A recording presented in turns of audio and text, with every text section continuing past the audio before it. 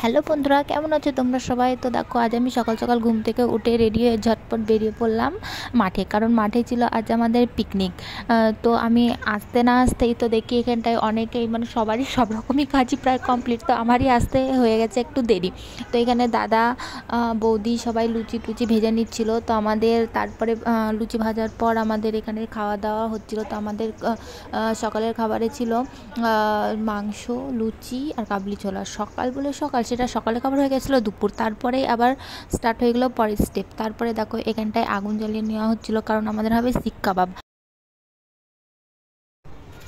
তো এইখানটায় দেখো সকলেই আপন আপন কাজে ব্যস্ত। তো তারপরে কাকু আর দাদার ভাগ্যে চলে গেল শিক কাবাবের দায়িত্ব। তো কাকু আর দাদাই সেটা দেখছিল, আর এখানে স্যার আগুনটা বেশ ভালো করে ধরিয়ে নিচ্ছিল। তারপরে শিক কাবাবগুলো দাদা একে একে মানে আগুনের ওপর দিয়ে দিয়েছিল, যাতে সেগুলো ঠিকঠাক হয়। তারপরে মাঝে মধ্যে কোনো সময় বাটা লাগিয়ে সেগুলোকে উল্টে দেওয়া হচ্ছিলো। তারপরে এপাশে দেখি যে বিরিয়ানির কাজ চলছে।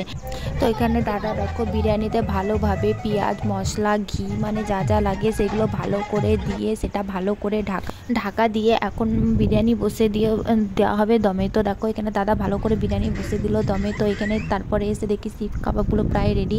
তারপরে সন্ধ্যার সময় সকলের জন্য এখানে ভেজে নেওয়া হচ্ছিল চিকেন পকোড়া। তো দাদা এখানে ভাজছিল। তো দেখো পিকনিক হবে, নাচ হবে না, এমন কি কখনো হয়? তো দেখো আমাদের পুচকেসোনা একাই সেখানে ডান্স করছে। তো আমরা সবাই সেখানে হাসি ঠাট্টা করছিলাম। তারপরে রেডি হয়ে গেলো আমাদের বিরিয়ানি। তখনই আমরা সকলে একসঙ্গে বসে পড়লাম খেতে।